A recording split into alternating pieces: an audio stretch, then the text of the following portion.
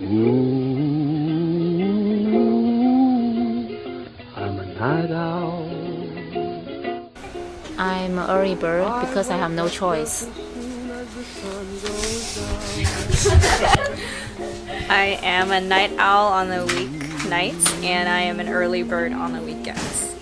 I'm an early bird, and I like to be a night owl too. I'm a night owl. Please elaborate. That's it. I'm a night owl. I am occasional early bird, occasional night owl. Occasional. Elsie, are you an early bird or a night owl? I'm an early bird. Hello. Both.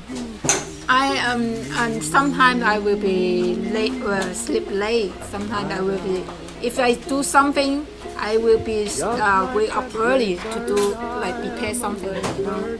But yeah, What's that? I can both. I can do both. Like I'm doing the same thing too. Both. If depend on how much work I have to do for that day. If I got a lot of stuff to do, I will stay late. Otherwise, I will go to sleep early. Thank you.